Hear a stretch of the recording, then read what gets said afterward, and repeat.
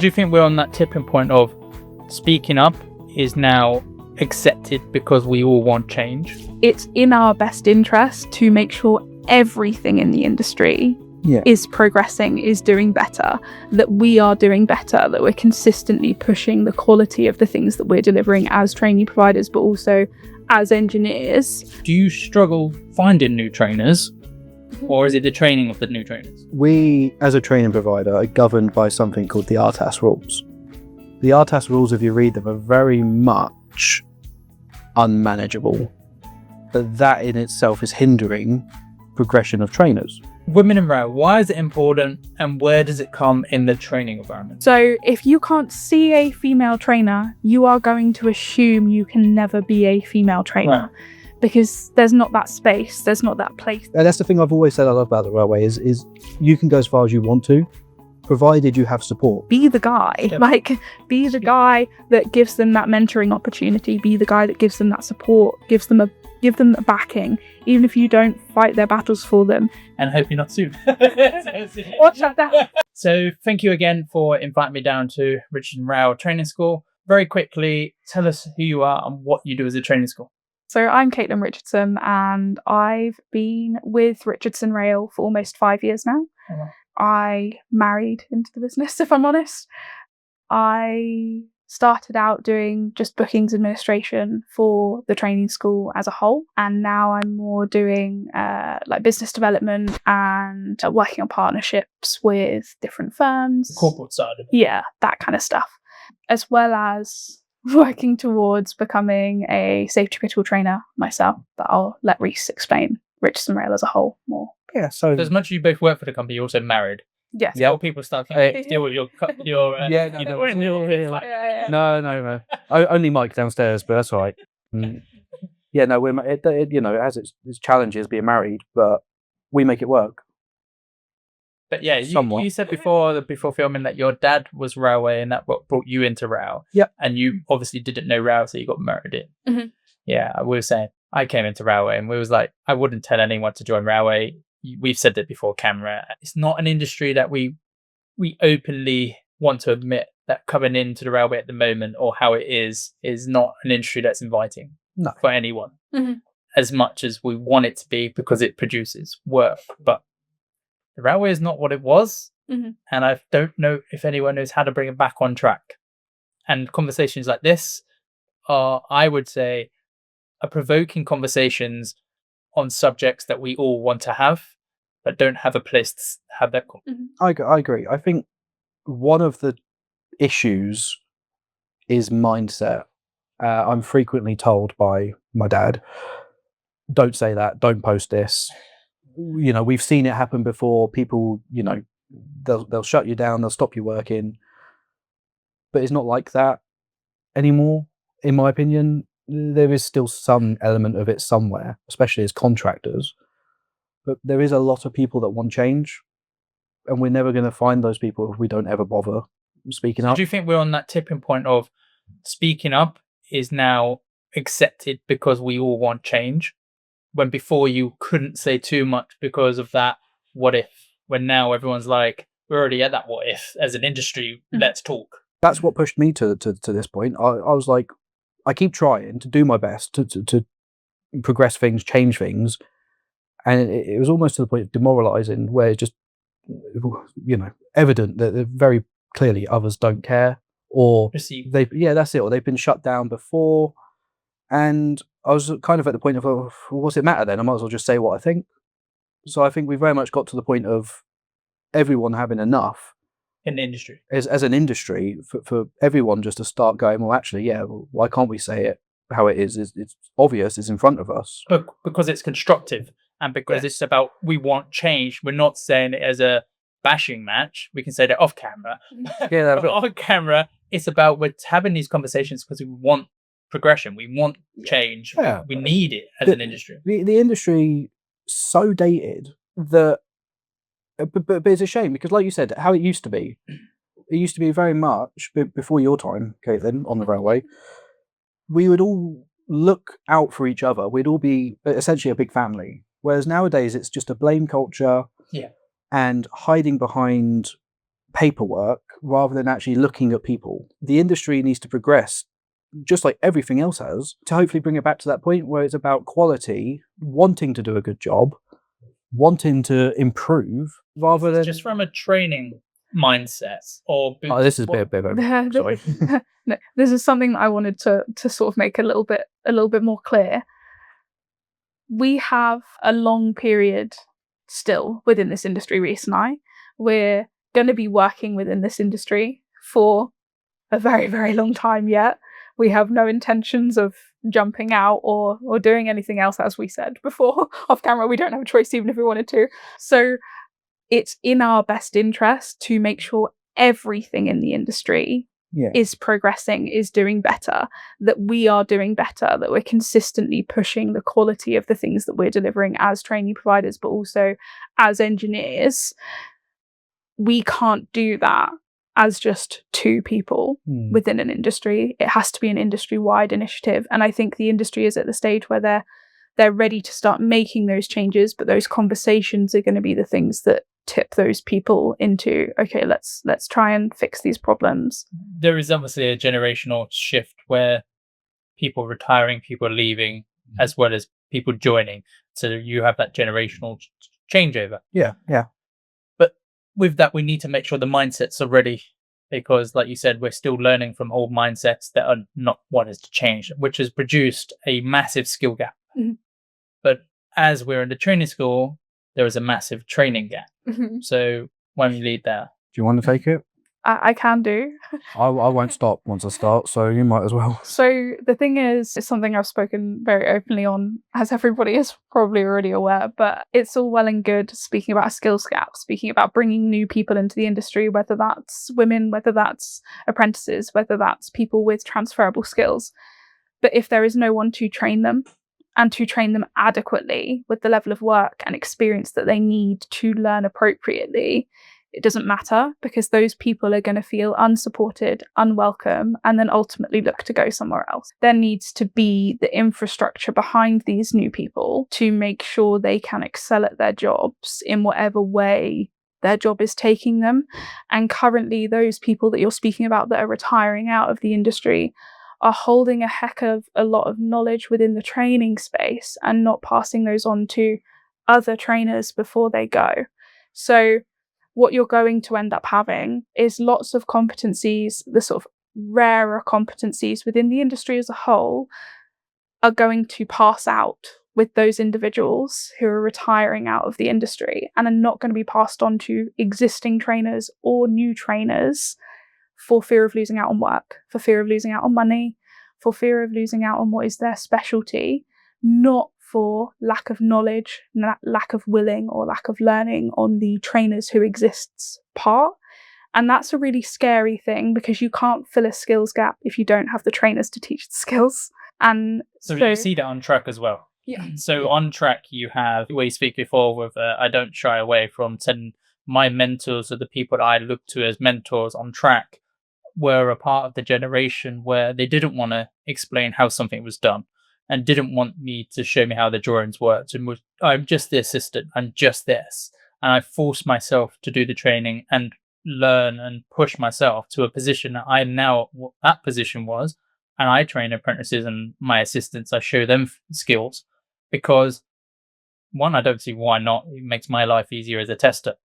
But it always made me feel like, oh, you're only as good as you stay in your place. But in fact, if you actually utilize that and train that person, or train the new trainer in your situation, you then get somebody that you can then send out and produce a quality of work, instead of just having not as a hindrance. An assistant or a new trainer isn't a hindrance, but there is obviously a learning curve. Yeah. And you need to train that learning curve with experience. But how are they meant to get experience if you can't do the training? Mm-hmm. So the question is, do you struggle finding new trainers, or is it the training of the new trainers? So we, as a training provider, are governed by something called the RTAS rules. The RTAS rules, if you read them, are very much unmanageable. But that in itself is hindering progression of trainers. Network Rail follow a different scheme. They follow the skills assessment scheme. So for them, it's not too much of an issue. They can just take anyone they want, as long as they have a training qualification, and go, cool, you're now going to go train in-house. You're going to go train strap in and switch in, for instance. Give them the competence, go, great, I'll watch you do a course, off you go. External providers, we have to do a similar sort of thing. The trouble we have is that these RTAS rules say that we must do XYZ before we can be a mentor. So to put it into perspective, I delivered mentoring for one of my trainers. That trainer's been on the railway longer than me, probably longer than both of us combined. Yeah, definitely. He left for a bit, come back. So we had to restart the process of upskilling him to be able to deliver what's known as the capability to deliver, as opposed to the competence. We've done the courses, following the RTAS rules. It says delivered 4 events. So the mentor has to deliver 4 events before they can be a mentor for that competence. We looked on history, Rhys, me as the mentor. Yep, done 4, great.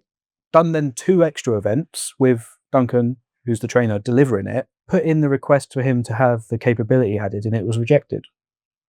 No, by the assurance. So Network Rail essentially can't govern all of it by themselves, so they bring in an assurance organisation to do it on their behalf. Currently it's NSAR. The trouble is NSAR are sort of stuck in the middle. You know, they want to do well, but they're also limited by what they can and can't do. But we have to, as an external provider, submit everything to them via a system. Now, I submitted it, it was rejected. I was like, well, why? And then I had an explanation as to why. Whether I agree with it or not is by the by. Ultimately, it was because me, as the mentor, did not deliver initial training events, I could not appoint myself as mentor. Now, okay, sure, whatever, the rules are there, we have to follow them. But the one key point about this, sorry to interrupt, is this isn't a bespoke issue amongst just yourself as a company, or it's an industry-wide, regardless if it's S&T, P-Way, overly training, it's the same. It's the same process. Just to clarify, just because I know that people watching will be a little bit confused, initial and recertification training events is what Rhys is talking about here. Yeah, sorry, yeah. They're basically saying he must deliver for initial events, not recertification events. Okay. So that's where the numbers. So is it a paperwork exercise, or essentially at that point? Because so essentially what they're saying is for the because the RTAS rule is about risk management.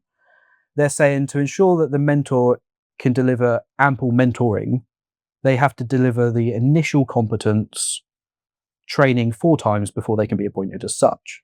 I assume it's to ensure they have an understanding of the material, the competence requirements, all that good stuff, right? Whether initial training and recertification training is a different delivery of competence is a different argument. But ultimately, the Safe System of Work planner training is out of date. But so much so that it's just wrong. It is wrong, there's no arguing it. But it's obviously going to be such a huge, monumental task to update it. The training team in NRL haven't got the capacity as much as they want to, they just haven't got the funding. Is that because they're just a small team, or what comes across as a dedicated team that are still not fighting, but are still challenging and still trying to dissect the dinosaur? Yeah, 100%. I'm quite lucky where I work with a lot of the technical authority teams for the different disciplines, as well as obviously their trainers and their training teams. And from what I've seen, every single one of them wants to do better. They want to put out better material, better quality material, and up-to-date material. But just to move forward one step, they have to take 5 backwards, and then you never actually make progress. And because they're battling that sort of corporate. Do you see anything changing? And what would you, if you had to do just straight away, like very quick round up points of what could even just be the next step? So the positive changes currently, we're seeing, better transparency from those assurance organisations in our auditing processes and how we move forward as providers. Amazing, brilliant, something that we've been calling for a really, really long time. We're seeing more engagement from technical authorities. I don't know if that's across the whole industry, but us specifically, we've definitely seen that engagement from them. I think the next steps need to be not pitting each other against each other. So Network Rail versus subcontractors, or Network Rail versus external as training providers. I would disagree slightly. I think if they accepted the help of external training providers. Network Rail accepted you. If they accepted the help of external training providers, I know I speak in fairyland, but I'll say what I'm going to say because I think it's important. I think there is such a wealth of knowledge externally that is currently not being utilised, and I think if people were willing to utilise that wealth of knowledge externally, it would make their jobs much easier. And a lot of those people, Rhys being one of them, would be willing to give their time to help with those what things. is a realistic change that can come about anytime soon? Realistically, it's difficult, especially when they're on different assurance schemes with... So that's probably one of the key... I think that's a key change that's needed, is standardisation fully across competence delivery. Right. And maintenance. You think that's more realistic than them asking for help? I do actually. I think so. Ego comes into it a little bit as well, doesn't it? You know. Yes, because no one wants to go, "Oh, I'm struggling." Yes. You know what I mean? No one. But even as individuals on track, as personal individual trainers that are maybe not, they might be subcontractual trainers that work for several different training companies. They're struggling to keep their skills because there ain't enough courses in the right discipline. So they're risking losing their skill sets. It is a tricky situation, isn't it? One of the examples I like to use, because I feel like when you give people numbers, they start to understand the issues that we're facing. A COS initial, for example. So if Rhys wants to upskill a trainer from any firm, ours or other, on training COS, which is one of the first things you have to do. Yes, controller of site safety. Yeah, that is an 8-day initial course. Well, hang on. So it's 5 days with 2 bolt-ons of a day each. Yes. And as contractors, we have to do PTS first. Yes. Which then makes it 8 days. 8 days. Right, I was going to say. So to actually do the full thing is 8 days, which most people want to sit the full thing. Yeah. So 8 days long. Rhys would have to do that initial course 4 times. So 8 days, 4 times, plus 2 more delivered by another person that he has to watch before that person can even look to be signed off as a trainer for something as common as controller of site safety. So if you then start looking at if Rhys wanted to sign off 3 or 4 trainers for something for controller of site safety, the number of days that is going to cost and cover, and that's assuming that 2 deliveries by themselves is enough for that brand new trainer. It might not be, especially for a course that big. How is it reasonable to expect one person to be able to dedicate that amount of time and days, but also to expect the mentored person to not be earning any money throughout those days, or to be earning minimal amounts of money throughout those days, just to get someone signed off? Why would anyone bother? Okay, so you're going to get straight away a caveat to that by the audience of controller of site safety is a paramount safety course. So 8 days, that's why it takes that long, etc., etc. But that works upon all training, all courses. Yeah, it's the same process for everything. Yeah. Site warden. Same thing. You stand there and you go, no, get back. There you go. Half a day course. I would have to do... Is it actually a half-day course? Half-day course. That's what it is in the lesson plan. Yeah. But there is... And you've got to remember as well, there's no... What's that? Like allowance depending on provider size. So if you're the big companies, that are out there, it doesn't matter. You've got enough trainers, you can just sit and mentor with them, it doesn't matter. For us, it is very much me, because another rule that's put in place, you must be signed off delivering it for a year before you can be a mentor. Which, again, makes complete sense. It doesn't.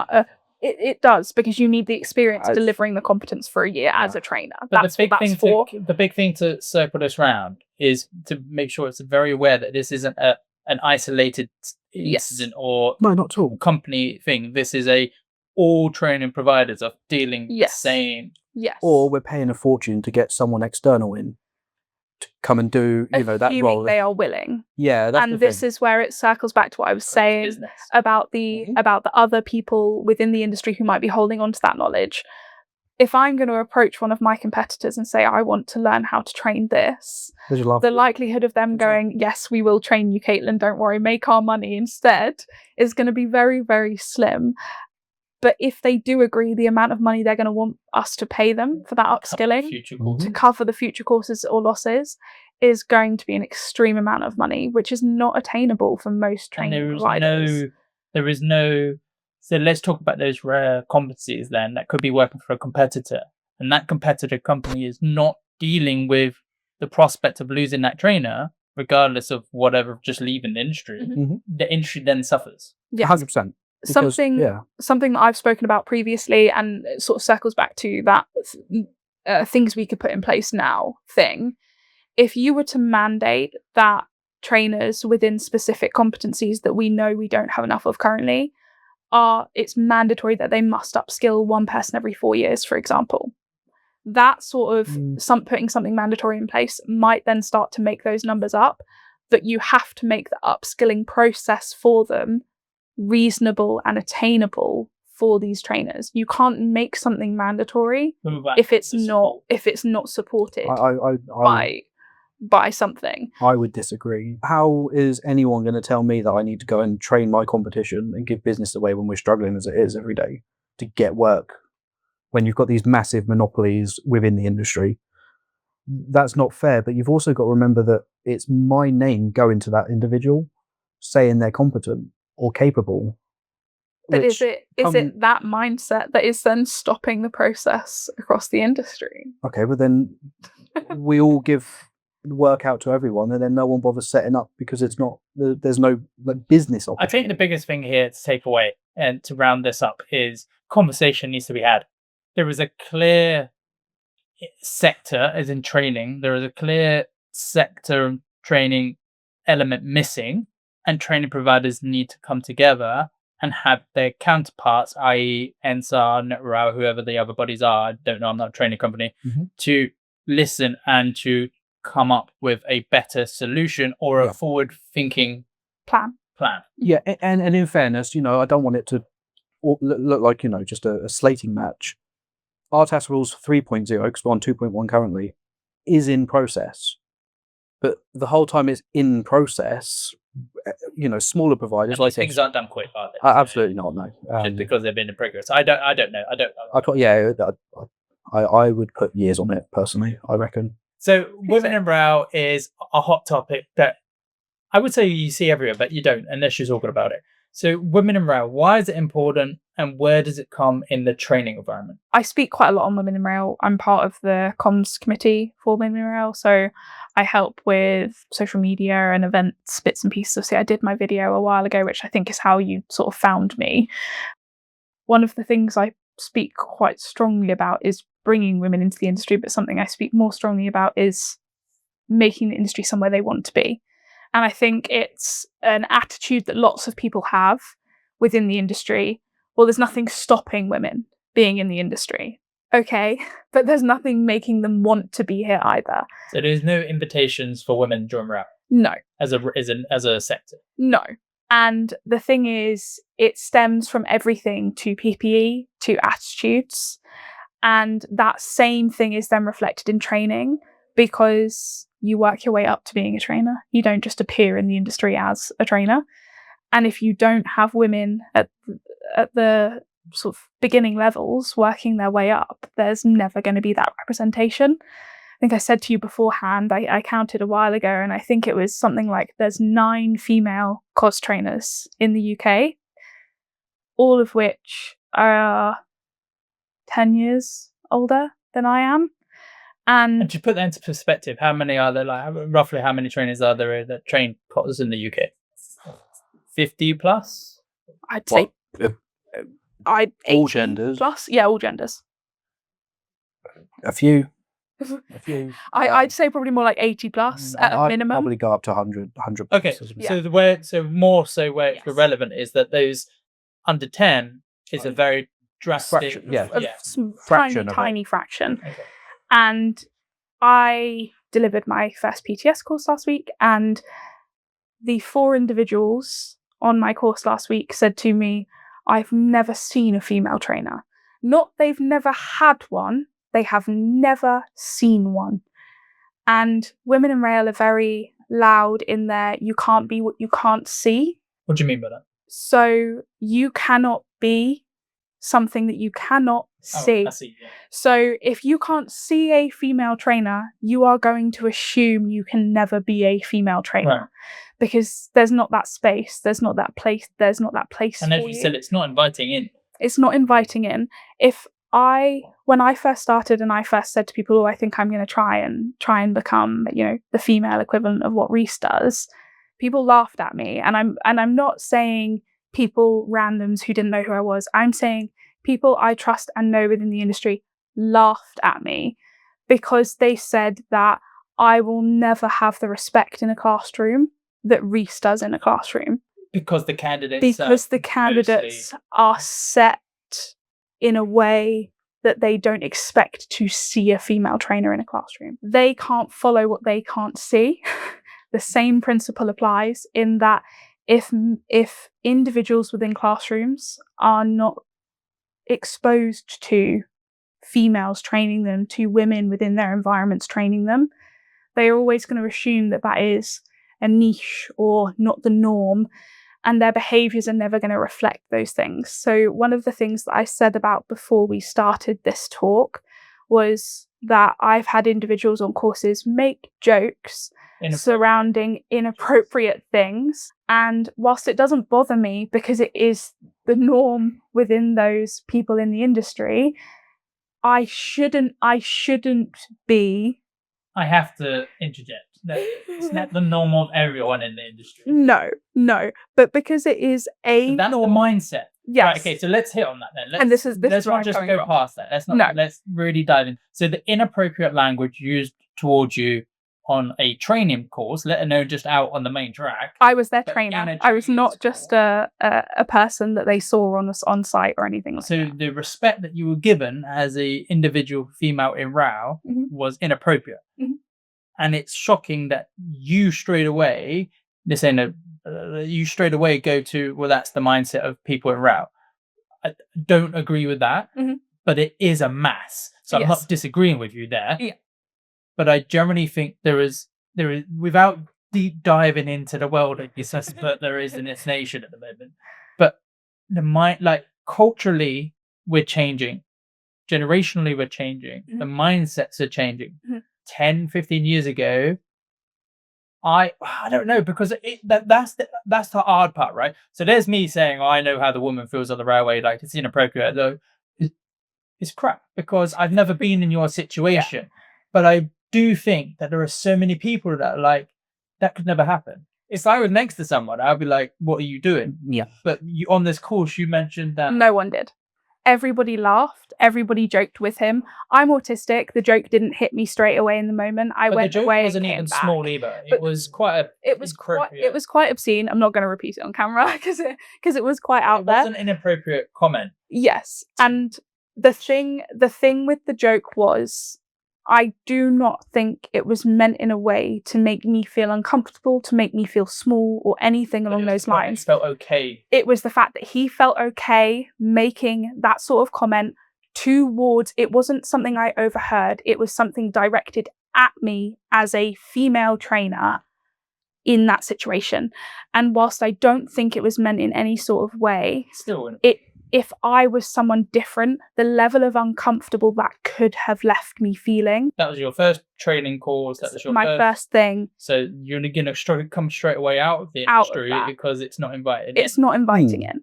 And I think one of the main things we have here is that nobody in that group said, hey, dude, that was below the belt. Like that wasn't something you should say. It was me. I had to explain to this candidate why in future that might not be the most appropriate joke to be making.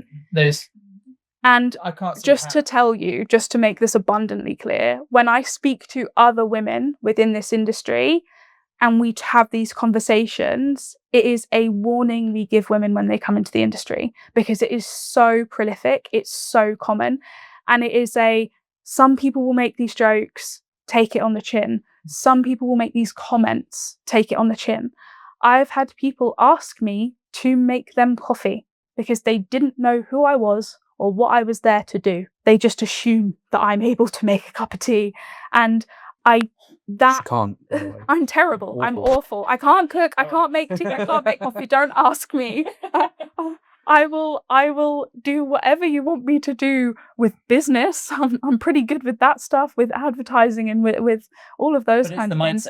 But it's the mindsets. I'm never expected to be that person. And it's crazy to think that 2025, right? And we're still having to talk about mindsets. It's crazy. It's a bit. And like, where have we gone? Like, why have we gone so back? It feels like we're going backwards. So you're just like, what are you doing? And like, I asked you, my first question was, are these all like young individuals? And they weren't. No, they were varying ages of individual. If I could pose a question, and I'm not at all dismissing the fact, you've expressed it clearly made you feel uncomfortable, but did he make that joke because you're a woman? Or would he have made that joke regardless of who's up there? And actually, it's about understanding the professional requirements as opposed to, And this is something that I agree, and I'm glad you asked the question. No, I don't think he made the joke because I am a woman. The way he posed the joke, because I am a woman, made it more inappropriate than if he had said it to a man. And I think that it is very much the professional rule that you're talking about. Conduct as well, yes, which makes it. And again, it's just posing a question. Just think, because you're going to get it. People will challenge everything anyway.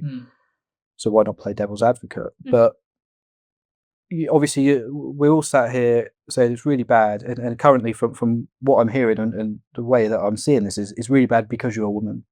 So if it was me up there and he made the joke towards it, is that okay? No, but would he have made the same inappropriate comment?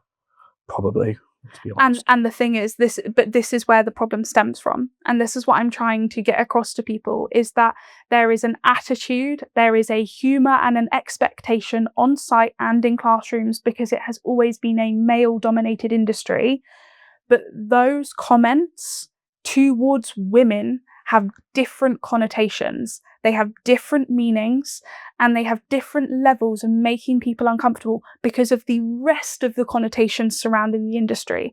And it's not necessarily that specific joke made me uncomfortable, because what about the next person? But what about the next person? It's not inviting. It's non-inviting. Why would anyone women come boots on ballast, and you get in those type of comments?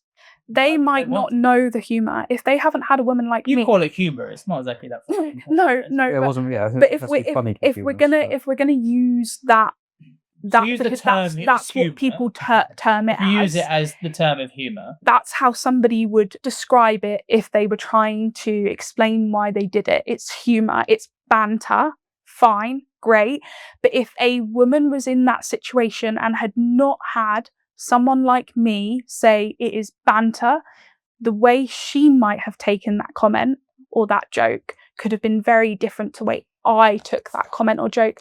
And the way to fix that problem is to just not have the comments or jokes towards anyone, because they are inappropriate. That's what I was going to ask you. My next question was, it's easy for us to sit here and go, why would you make such comments? Because it's just inappropriate, right? We know right from wrong, especially in the classroom, professional. In a classroom setting, it's just, I can't imagine that sort of stuff. But I know it happens, and that's it. I'm not hiding from it. I understand it happens. I don't get it because I don't get that. It's just not your mindset. It's not my mindset, so I don't understand why they do it. It's not funny. It's not, and it makes somebody feel uncomfortable, right? And that's what you're coming down to. This is what it boils down to: is you make somebody. It doesn't have to be a woman. You make an individual feel uncomfortable.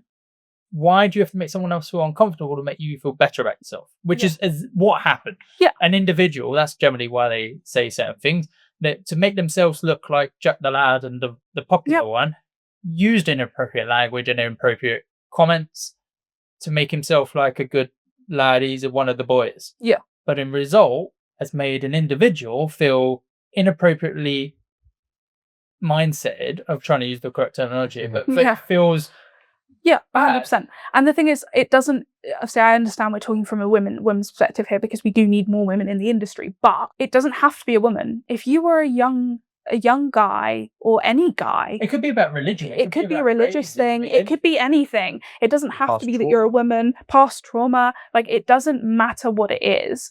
But making jokes like that in those settings, in any setting, should not be deemed as okay. But because, and this is something that the individual told me afterwards, he said, I work with women and we make these jokes all the time.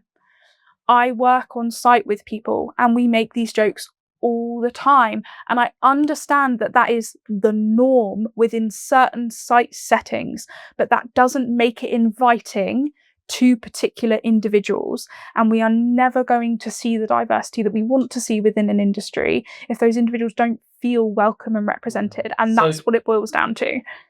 100%. So this individual we know is wrong. We put that aside. I'm not dismissing. Put it aside that person was a dick. The thing is, I don't want to say that he's wrong. I don't want to say that he's wrong because if that's how he's been told humour is on the railway, and he's had that experience. I don't disagree, sir. Excuses. we don't excuses for people that are wrong. I do think it's important to the gent that said it was one of the younger ones in the room. Yes. So I would like to again, I'm not excusing the behaviour, but we have to be mindful that this individual, I don't know his age or anything like that, but he may not have developed the skills yet to understand the difference between being with his colleagues, who might be his friends, and the jokes made there, to classroom etiquette and stuff. What I was going to get to, and let me pose the question direct. We put that incident aside. Mm-hmm. You've used the comment a few times. I want to pose this question. Mm-hmm. The mentality on RAL, mm-hmm. that's what you're told it's like. Mm-hmm. And I'm not dismissing it, most likely is in a lot of areas. Mm-hmm. But how or what do we need to look at to changing that? And is it a railway specific problem or currently the UK's culture? I think it's a mix of both, and I know that makes it really, and how really difficult can RAL to tackle. Make it better? Yeah, I think that makes it. I know that makes it really, really difficult to tackle. I know that violence against women and girls and all of those sorts of things have been really prolific, and has even been spoken about on a national front at the moment because of the things that are happening.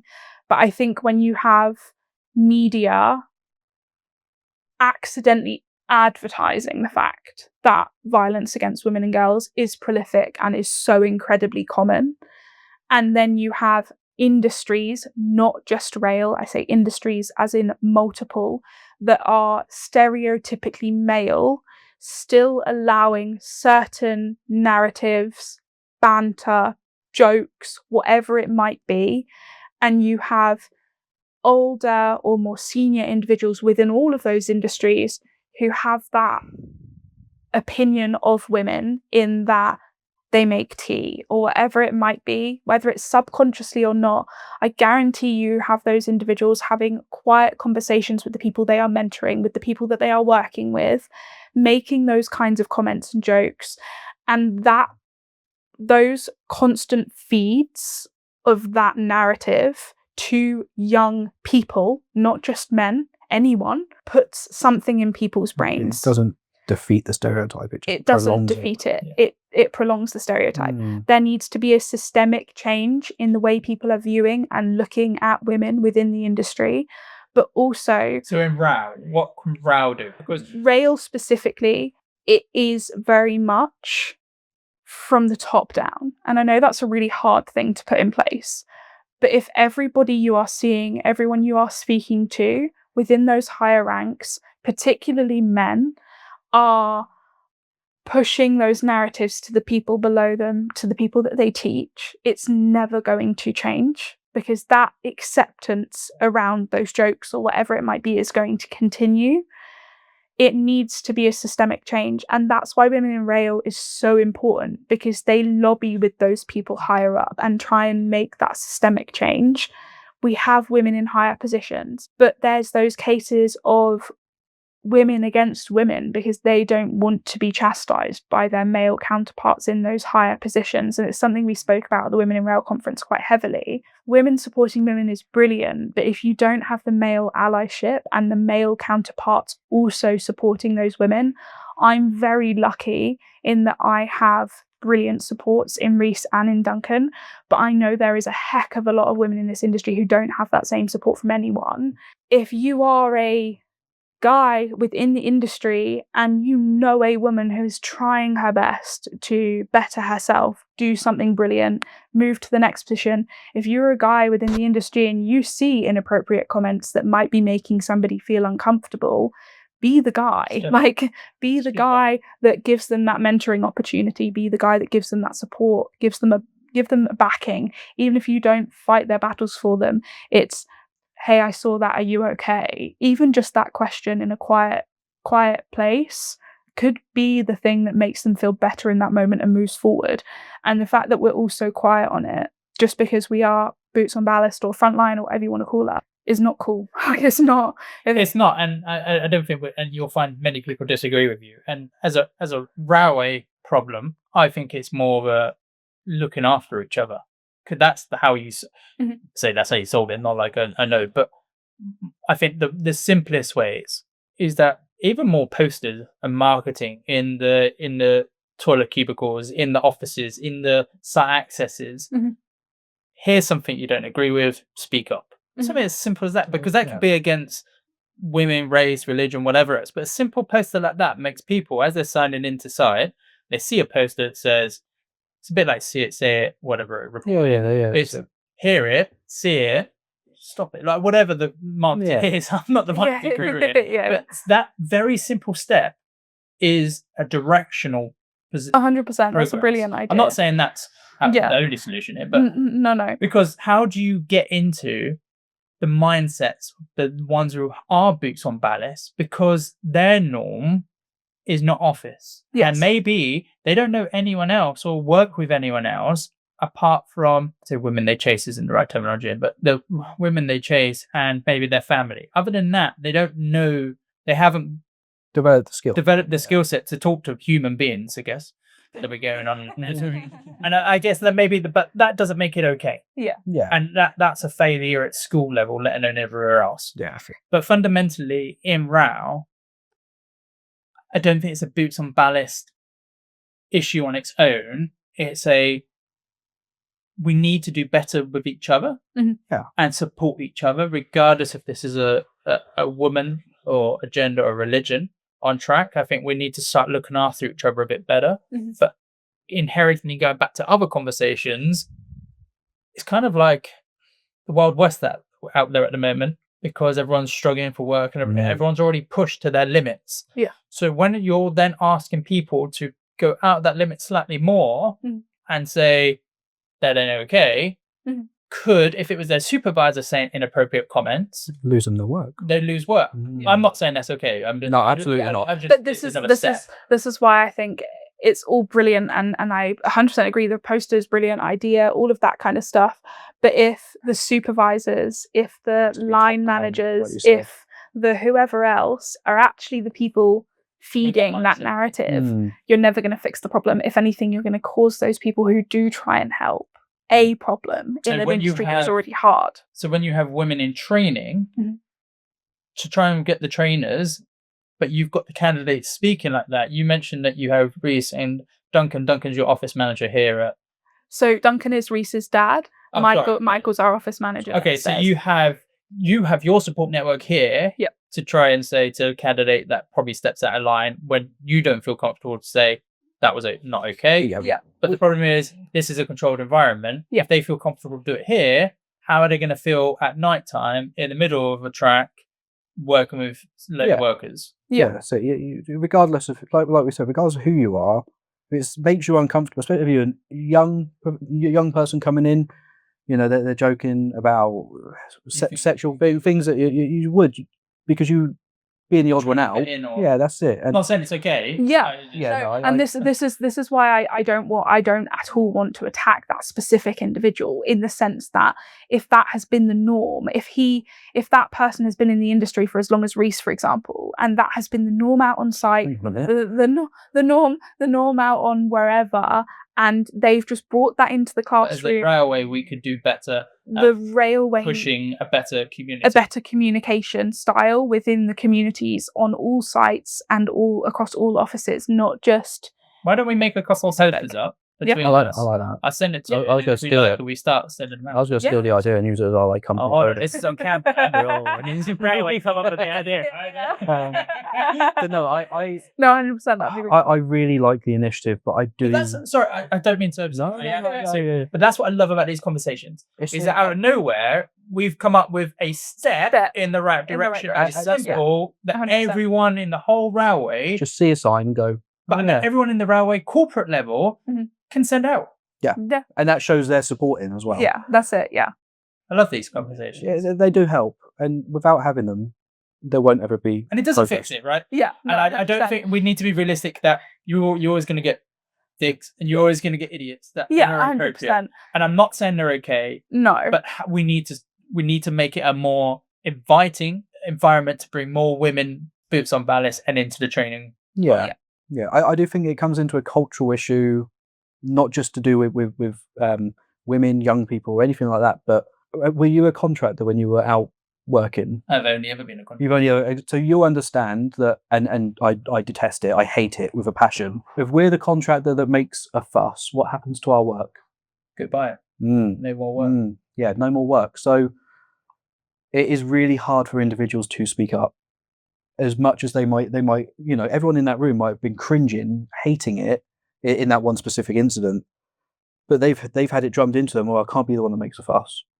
But that comes back to what we were talking about before we started recording, I think, of the generational shift of people having it drummed into them from their supervisors or their elders or whatever, that you can't be the one that makes a fuss, just be quiet, get on with it, or you're going to suffer. But that is changing. But we're not saying you have to put a stop to everything. It could just be a walk down when you're walking with them next down on track with the individual that made the comment. You go, lad, that went okay. You know that went okay. That's it. It doesn't. We're not saying you have to make a big dance about tackle it. the bones, But actually, a conversation saying you need to do better. You need to go and apologize. Yeah. Even if you aren't comfortable doing you need to do better, you need to go and apologise because you're worried the individual's going to take that the wrong way. A checking in with the individual it was said to, saying, hey, that was a bit below the belt, are you okay? Yeah, just acknowledging it's not okay. Acknowledging it wasn't okay, acknowledging you noticed it, and checking in with them will go so much further than giggling along and just carrying on. Because I think especially currently, like the lack of looking out for each other in the railway family that everyone talks about because of the situation, because of the workload, it's not the same camaraderie, I guess, that it was previously. There has been a lot of people leave with a lot of new people come in. Changes that environment completely so quickly and does so much damage to that family because so much has changed. So quality of materials in the training environment. Tell me a bit more. What do you mean by materials? So materials is sort of holistic for the training content that we're sent by Network Rail. Everything from PowerPoints, lesson plan, knowledge assessments, practical assessments. So everything you need to train an individual on any course is given to you by Network Rail. Yeah, that is all Network Rail's material. It goes up onto a system called Training Toolkit. You log in, you download it, and then you control it with your internal company. And the quality of the material at the moment, as much as we'll touch on about that they're trying to make some changes, and with the new stuff you can see some positives, but at the moment, shocking. Yeah, there's definitely room for improvement. So what's a key element here? Give us a very quick example. We've spoken before about the Safe Work App. Yeah, I think technical knowledge and it being captured as correct needs to be worked on, because we're getting materials come through with either out-of-date references or just wrong references. So explain to me about the wrong reference, because we mentioned it before. So you've got, just off the top of my head, on the Safe System Work Planner course, it mentions the NR 3181 form, which is the old line blockage form, because it's now the 3180. But that was withdrawn 5, 6, 7 years ago. And that's still on there. And it still references it as one of the required forms for us to give the candidates as part of the practical. It doesn't exist. It was withdrawn many, many moons ago. And ultimately, if the the baseline knowledge and training is wrong, it's just setting people up to fail. But you were mentioning before the whole you're limited by what 𝗥𝗏𝗨. So if 𝗥𝗏𝗨 tells you that's what's on the paperwork and you have to follow it. So with certain materials for certain courses, we're told that there is no deviation allowed from the material given by Network Rail.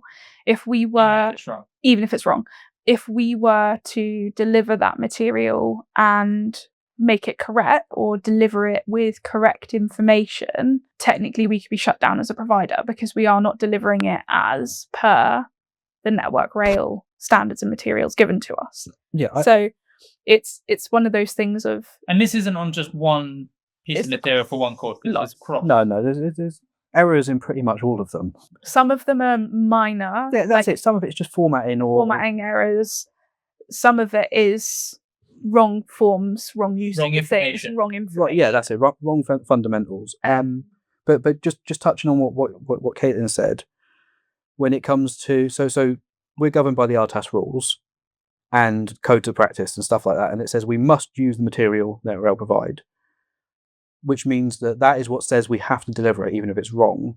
We can change it if it's wrong, but we then have to justify it, which puts extra time, extra admin, extra workload on the assessors and trainers or whoever it is that have to then review this material, record everything that's wrong with it formally through this toolkit system, because if we don't, and then we get audited. So if sort of putting yourself in hot water as a company, potentially, or extra work.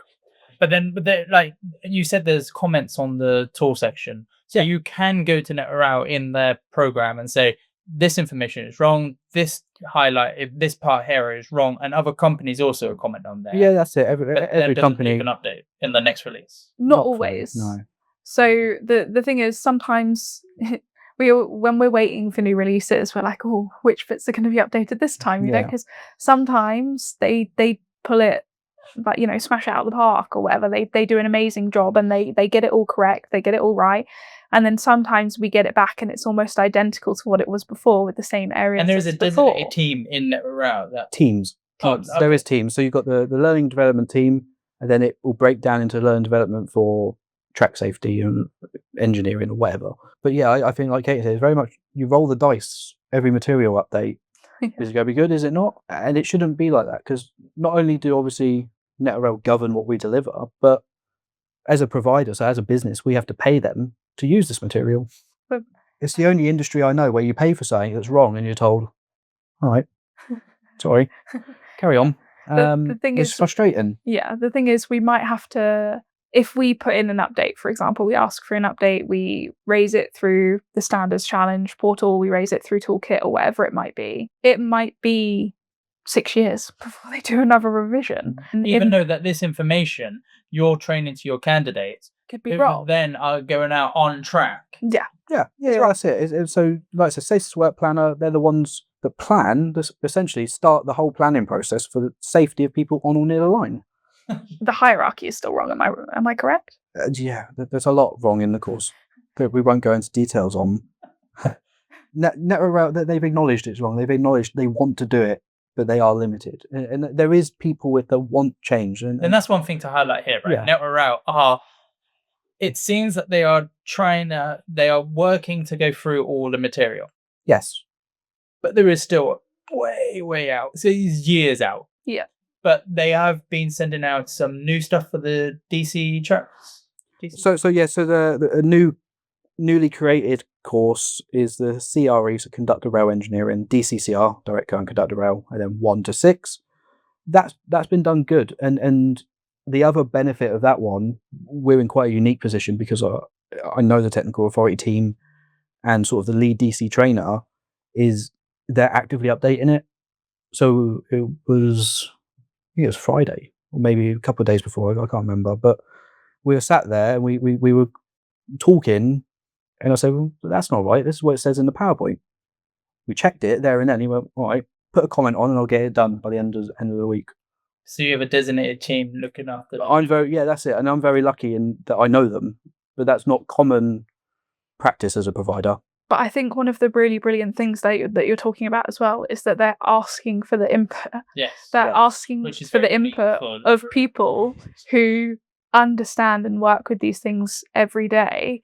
And then when you give feedback, they are being proactive in fixing those things. They're not, having to have a qualm in between them all about whether what you've said is the right thing. They know that you know what you're doing. They're trusting that you know what you're doing. But it is also then vetted, right? Yeah. So it's not just going off and they go, oh yeah, it's not just. Oh yeah, 100%. Oh, you should add this in. But it's just that there's no. There's a bit of trust because where I know this individual, but also in fairness, the individual also he knows what he's all about. Yeah. So they've got the right individuals doing the right documents. 100%. One thing we was mentioning before and elsewhere is there seems to be a lot of people in the training environment of 𝗥𝗶𝗹 that may not have the experience of being on track, and they're just not civilians, but they're non-boots on ballast individuals. So therefore, they review the document, but that information in document. That's it. Right. Yeah, that's it. When it comes to Caitlin, when it comes to like the design of the content, the thought process behind it, like I think how it's written, how it's written, things like that. Great, spot on. But what about the important bit, the technical knowledge that people come to? So it needs to go back to document control. Someone inside 𝗥𝗶𝗹 have a document control an individual that is tech based. Yeah, that's that can review the information before pressing go. Like you said, there is so much of this material out there that is outdated and it's waiting to be updated, and it's just a frustration hamster wheel. Yeah. Of waiting. But the problem is that the issue you have that is that you're then training individuals to go out onto track with this incorrect information, and then you're stuck in a hard place. Do you tell that candidate the correct information, or say this is here, but go do this as well, and this is wrong and this is right, because you are then putting yourselves in hot water if you do. Yes, correct. And obviously, where we both represent Richard and 𝗥𝗶𝗹, I like to make it very clear to everyone or anyone that watches, I will not put my learner's experience or safety at risk because the material's wrong. I will actively tell people the correct things, and then I'll deal with the fallout if it ever comes. Oh, you told them to tick A, but it says B. Yeah, because it's wrong. I will happily have that fight any day. To make sure to make sure that it's about the experience of the learner. It shouldn't just be about ticking the boxes in the paperwork. It should be about their experience and what they take from it. In a classroom environment, correct, and about the paperwork side of it, not physically doing a safety concern. No, not. It is all classroom based. This is the material, we're delivering it. Oh, this is wrong. This is what it should be. And make sure that they know that. Why? And here is why. That's the important part. That is the information. You don't just go, this is right, and you put your... Yeah, this is right because I say so. No. And why it's wrong. No. Yeah. Then go forward from there. Yeah, and I think one of the risks is where there's so many training companies with, I think as we touched on, very outdated mentoring processes, there is the potential of having trainers at the front that don't see it's wrong because they've had the last 5 updates where it says that, so it must be that still. We're I'm very fortunate, and then obviously technically the company is as well, in that with the autism, my special subject's railway, so standards, rule books, it goes in and it stays in, so I can correct people, but that shouldn't be a risk that we have to mitigate for our learners. It should be industry-wide. From a paid service that you're paying from, from the governing body here being 𝗥𝗶𝗹, it should be correct, or as close to correct at the earliest possibility. Not years behind. which is the backlog that we're talking about, years of backlogs. One of the things that we kind of touched on before filming is that I think some of the really positive things they've put in place, they've made PowerPoints less like you can read from a PowerPoint to teach. They've made it more that you must know what you're talking about to be able to deliver those courses effectively. It's not Power Effect anymore. Yeah, you're not just reading a book. That's it. That's brilliant, and I think that's really wonderful. But one of the things they've taken away from that unknowingly by doing so is if you have a trainer who is working from a script that they've written or from classroom materials that are within the pack that are wrong, there is going to be nothing that stops them teaching that wrong.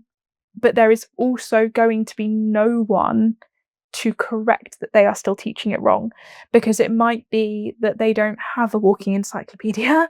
It might be that they don't have that structure within a company, so they continue teaching it wrong regardless. And that's where the concern comes from for us, in that we want everything to be as close to right as possible, or right as soon as possible. Because it matters. Because it matters for the safety of the people working. And that's across all training firms, not just ours. I don't know if I can say it, and obviously edit it out if needs be. But on that toolkit system, on the comments that you can see, when you have training providing companies posting comments that are wrong, it proves my point of maybe not everyone will identify correct inconsistencies. But again, that comes back to the materials being right and being checked by the governing body who is releasing that information. We shouldn't have to do their job. That's what it boils down to, doesn't it? And it wouldn't matter if it was one document or a new release of kit or an old rare bit of kit. This is a majority of the material. That's it. There's some that are worse than others, don't get me wrong. Some of them, I think, as we said, are just typos or minor formatting issues. Or even things like, well, you mentioned this, is it not worth adding this in?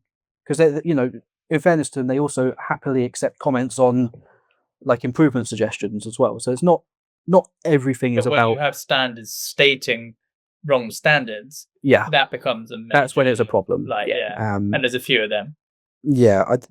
So people joining the railway in mass new waves through the government-backed schemes due to the mass of people leaving railway. So to try and get people in rail is incredibly hard, because most people join railway because they know someone in it, or family oriented, or you you don't just fall down the think of railway. No, that's it. But a lot of people are getting the opportunity through the government-backed schemes to do the basic courses to get their foot through the door, which in one side is fantastic. It gives people a new opportunity that they may have never been opened their eyes to. It gives them a skill set, or a starting foundation skill set, and a career if they use it correctly and are join the railway in the right way. But then the bad side of it is that there's an influx of all these brand new blue hat workers, because they're blue hat because they're untrained or unexperienced is the better word. That's the correct word, yeah. For a period of time, and there's no work for them. And they're being promised the work. So there has to be... So where do companies and training providers get this? Where they come through, there's loads of work out there, join the railway, come on these courses because the government is paying for you to go on these courses. The training company gets paid through the government-backed schemes, and then they may put them on a couple of jobs and then hand them over to providers and then go to the next core, bringing them in. Basically, yeah. Do you want to start with your comments, Kate? So one of the main things that I've seen with these schemes, I think the idea behind them is brilliant. And I know, so I don't know what order these are going to be in, but I know that obviously we've spoken about the training gap and all that kind of thing, so I won't continue with that, promise. But what I will say is that these individuals, when being mentored, must be mentored before they can become a white hat, not inexperienced. The number of shifts you would need for all of these individuals to get through that mentoring period is just not there. And so getting them out of that mentoring period is really hard. And during that mentoring period, they have to have another person with them. So the company who is putting them out on those mentoring shifts is having to have two people out there consistently across every person that has managed to pass these courses. It's just not going to happen. There just isn't the manpower. There isn't the facility. Throwing them through their white hats, or getting them to wear white hats as quick as they can. Bypass the mentoring system.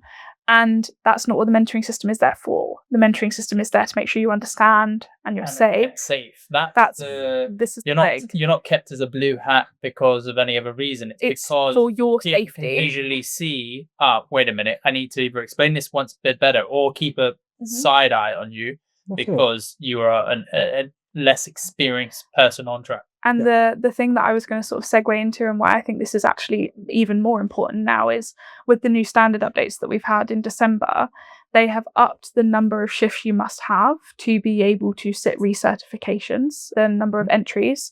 You cannot use a paper logbook anymore. Yeah, it's all, you must use digital. Which is when you're scanned on your ID card when you enter track. That's it. Yeah, that's yes. for people exactly. Sorry. But also, one of the things is they have put limits on the number of blue hats that can work with COS under one COS. Oh, what is it now?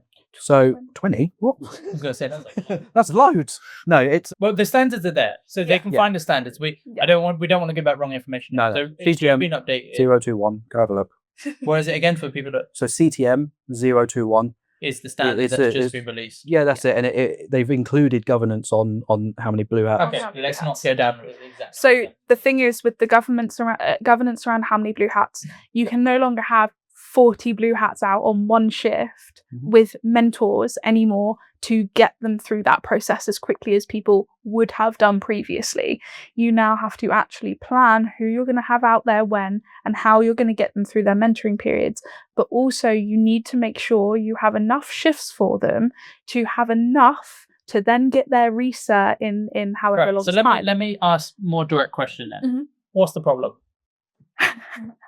So is it the not enough shifts to do the mentoring, or is it that we're putting people through these courses too fast? Both. We are putting too many people through these courses. Arguably, the railway needs new manpower. Not at this level.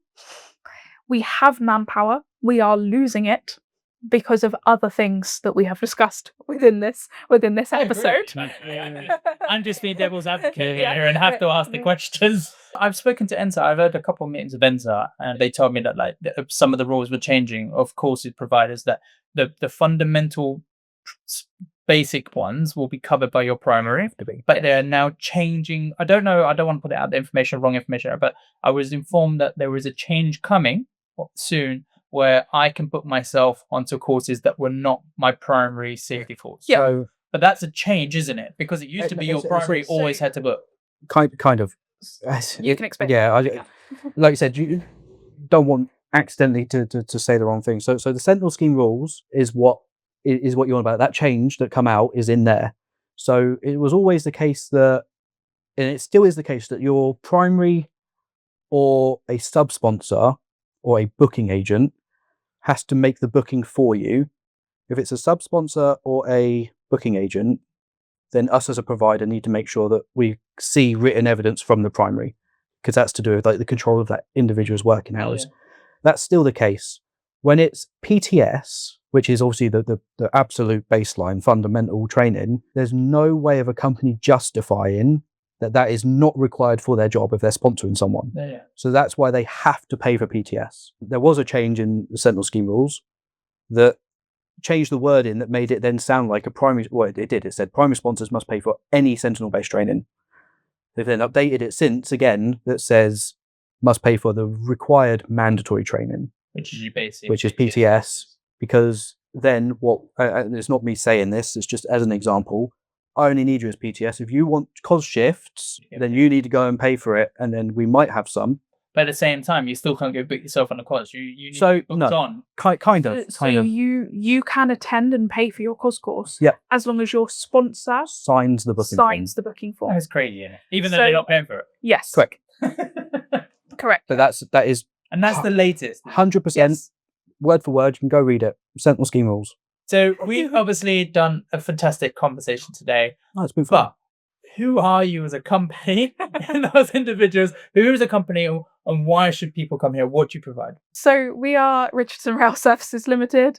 We are a safety critical and track-based training provider. We do everything from COS, ES, PTS to the distribution level C, level D, level B, strap and switch in. level A, procedure A, procedure B, lots and lots of different sort of railway competency based That's what you specialize training and assessments in. That is our specialty. We also have track and ETE CRE capabilities, which I will let Rhys elaborate on because that is Got to get all the buzzwords in. that's his thing, not mine. But we are based in West Sussex, about 20 minutes south of Gatwick. But we have assessors all the way from Bedford to Portsmouth to Kent, kind of that triangle area. But Rhys here has travelled as far as Scotland and Wales. Frequently as well. Frequently, regularly. So we're not afraid to come to wherever people are. Yeah, you know, so the thing that I struggle with when I introduce my company is not sounding like I'm just being ridiculous. People say, what do you do? We can do near enough everything because we have a fantastic team.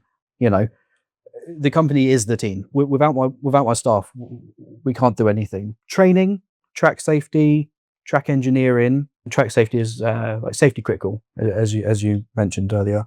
DC isolations, power distribution, as well as all the non-sentinel things like small tools, first aid, all that stuff. So, as a training provider, we have quite a huge capability. But we have then got, like Caitlin mentioned, the engineering background, track distribution, power distribution, it depends how you know it as, ETE, which is to do with conductor rail engineering, and somewhat OLE as well, and surveying, like topographical surveys, things like that. We can cover all of that, and we have a very good understanding of the processes and standards behind it because of all the training we do and how it all, you know, interlinks. So is that to companies that can hire you in to go and train their staff, or is that to contractors? Yeah, so it's a bit of everything. So when it comes to the engineering side of things, we support other contractors on the delivery of their works, providing, you know, like they're called CREs, contractors responsible engineers, track monitoring plans, you know, work package plans, all that good stuff. So we support projects that are delivered by other, you know, principal contractors or contractors. HV assessments as well. Yeah, that's another thing we do is things like that, which comes, it falls technically falls under power distribution, but everyone knows it as HV assessor. So can individuals come to you and book? Yeah, so an individual can come and book if it's a railway based, you know, sentinel based course. Their sponsor must sign the booking form because it's to do with control of hours. If they want to progress into all these type of courses, they can have a look at your website, find you on there, give you a call, and then go and ask their sponsor to try and get you on. 100%, yeah. Or just sorry to interject, but one of the main things that I like to point out to people, if you're not sure how you get to what you want to do, so if there's something that we offer and you're like, how the hell do I get there? Ask. Because we are set up the way that we are. We help people. We're not just going to drop you off. So we know what the prerequisites are. We know what you need to have. We know what the mentoring requirements are. We can help. So I'm Daniel. I'm Daniel Murray. I'm the founder of 𝗥𝗶𝗹 𝗨𝗨, the mobile app that connects the subcontractors to the resourcing companies, but also soon to be training providers. And this is one area that we are building currently in our training areas. There is no career tree out there. No one has a Scooby how to get onto the next level or to get into a certain skill set. And it blows my mind that we don't have anything like this. I know there is a couple of websites that are outdated and a couple there isn't. So I'm purposely building and coming to training companies to ask to build up their side because I don't know all the sides. Yeah. But this is one area that will be in there. So individuals can look on there and see if they want to get to, let's get into power distribution, what the steps are, what the original courses are, what they need to have, the prerequisites, never say that word, but what they need to do and what the expected rate for that course is across the board. And then also what the pay per hour average is out on track to give people the knowledge at what is out there on track. So it's not just pick up a shovel. There is a whole career. Oh, yeah. There's branches. There's a whole industry. Yeah. And don't just be thinking that you have to be in one. Try a different sector. Yeah, that's it. I mean, dip your toes in. I started in S&T way back when, and I somehow ended up in track. Do you know what I mean? Complete opposite, track and obviously electrification. So yeah, people.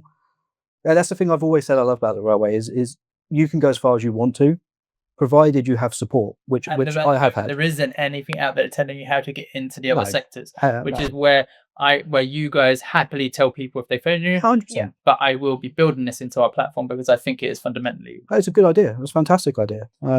Yeah, So, 100%. thank you for today. I think it was a very powerful conversation and a lot of perspectives from a training provider that I don't have.